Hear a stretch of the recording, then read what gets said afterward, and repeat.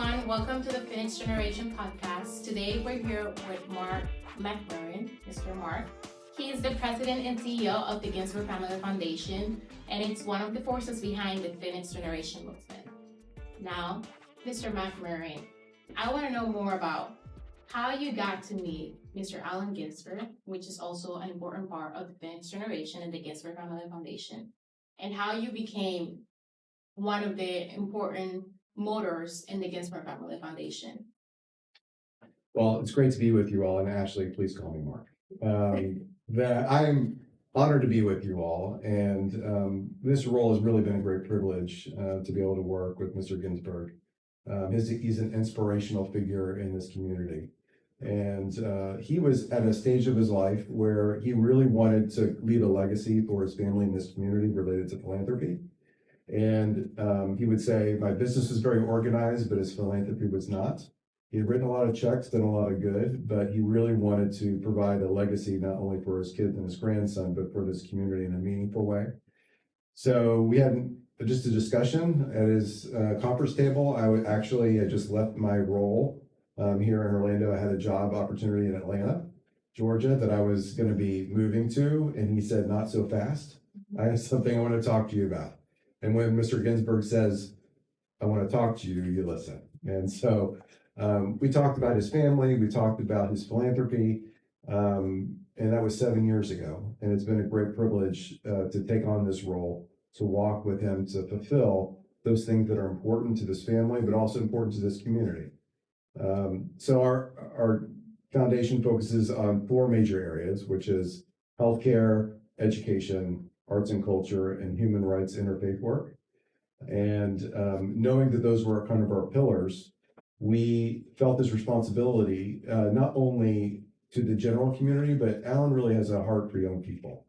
So when we talked about the Phoenix generation and what that could look like, when we talk about especially 15 to 25-year-olds, these are pivotal times in your life to be able to get the tools and skills and resources you need to help make this a better world. And so for our foundation, and for Mr. Ginsburg, it was just really important to find a way that we could provide a vehicle that would be a growing movement that students would engage in and give them the resources that they were asking for. That's amazing, amazing work. Now, I know the foundation has been established for quite a few years. At what point did you decide that it was time to take action and work on youth?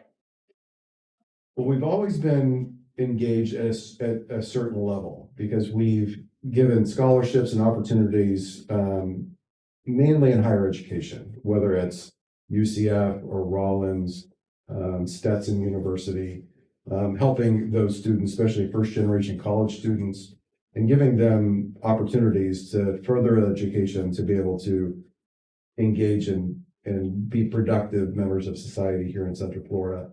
So we've always been engaged at that level, but from a positive activist reshaping the future of this community, that really first started with the Central Florida Pledge when the October 7th terrorist attack happened, and knowing that this major incident was happening overseas, but our concern was how was it affecting us at home?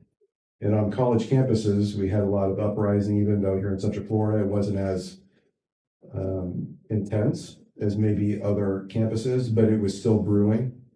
And so there's a long story in there about the Central Florida Pledge and how it came, because it was really a community effort and leaders came together and formed it. We had the privilege of helping steward and lead that effort, but we knew that if it was going to be completed anyway, it had to include the youth, because they're the ones that were going to create the lasting change. So out of the Central Florida Pledge came the Phoenix Generation and its conference, and then the Ginsburg Fellows program on all these campuses, and really actually a growing movement that's so encouraging because we see ourselves as just a platform and a steward to help the youth be able to move in the direction that they're saying they need to go.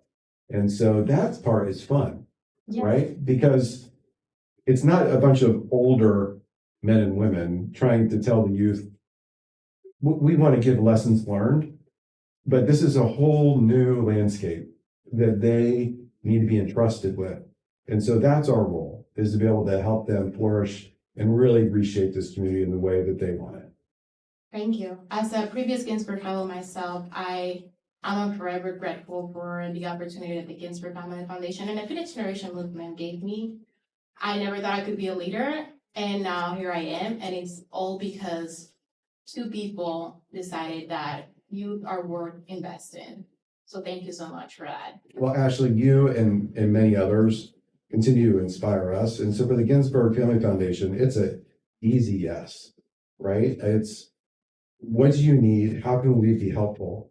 You know, especially when you're young, you know, money you think solves problems, it really doesn't. It does help make life easier. It helps create opportunities. And we have resources to be able to help do that. But it takes great minds, great collaboration, great innovation, ideas, which the youth are forging together, you know, on these campuses. And so the real work is happening on those high school and college campuses. And we get to sit back and just watch the future emerge. And so it's exciting to invest in people like you and people that are watching in this podcast, because we believe in you and we want to make sure you have every opportunity to succeed and make this community succeed. What do you wish for the future for the next generation? How do you see this movement developing over the course of the years? Well, I can tell you, Mr. Ginsburg is never short on big ideas. And that's why I love to work with him, because we all here think on big scale. And we started with the first conference, another one at Stetson University, this past year. And it was 400 students from 10 universities and high schools that came together. And some would say, wow, that's a lot. For us, we said, that's a good start. The challenge Mr. Ginsburg gave us next was, next time we want it to be 1,000 students. So the question we had to ask, or I had to ask, is how do you grow, right? Because we could become, or you could become, a movement of the whole state of Florida. But when we contemplated growing the geography, although, you know, it's ranging across the I-4 corridor, we said, we really want more density than it just going wider, because we can bring in some great leaders from across the state that are change makers. But the challenge there within those communities, there's only so many that are fueling that fire. And if we focus on Central Florida, and we'll just say the three major counties of Seminole, Orange, Osceola, we also have influence, of course, with Volusia as well. But as we focus on that Central Florida and we just go deeper, and thousands of students are engaged in this movement, just think about the change that they're making with that kind of density. So when we're thinking about where is this going, we're looking for density and it going deeper versus just broader. We know that this movement already, there's interest from South Florida, North Florida, even other places. We're grateful that people have taken interest in what you're leading. But as we invest, we want to make sure it makes a lasting change here. Amazing. What do you think would be the main idea behind the movement beyond the theory? How can you bridge the gap between theory and practice as you can start becoming leaders?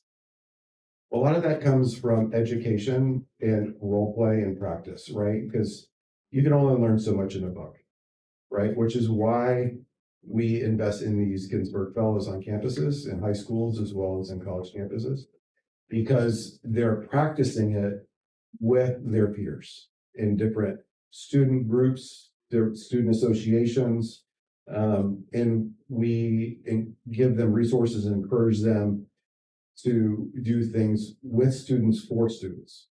And I think, to your point, theory, you need to have a good basis for understanding for why you do what you do. But when people actually see you doing it, especially young people, say, well, then I can do that too. And so I think it's more of empowering these young leaders to lead so others can see them and follow and become those next leaders too. So it really is a multiplication of youth leadership that we're really seeking.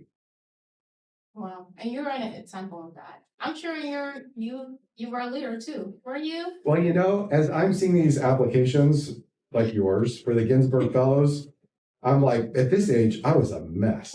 Like, I didn't have the same credentials, the same ambition. I was like, maybe what you call a late bloomer, right? Mhm. To figure that out. But that's also okay, Yeah. right? That I think, where does this passion come from me? Yes, I have 3 kids. I have 3 grandchildren at this time. And when you get older, you reflect on really the power of youth and investing in those. And you want your kids and your grandkids to have a better world and what that looks like. And yes, we can help build new hospitals, which we do. We can provide scholarships, which we do. We can invest in the arts, which is the art and culture is an important fabric of any community. Interfaith work is really important to us. And we do those things. But I don't think there's anything we do that's more important than investing in the youth and helping them reshape this community. As some say, we are the future. Thank goodness. It's in good hands. I'm grateful, actually. Thank you so much for being here with us, Mr. McMurrin. Well, Mark. Thank you, Ashley. It's great to be with you. Thank you.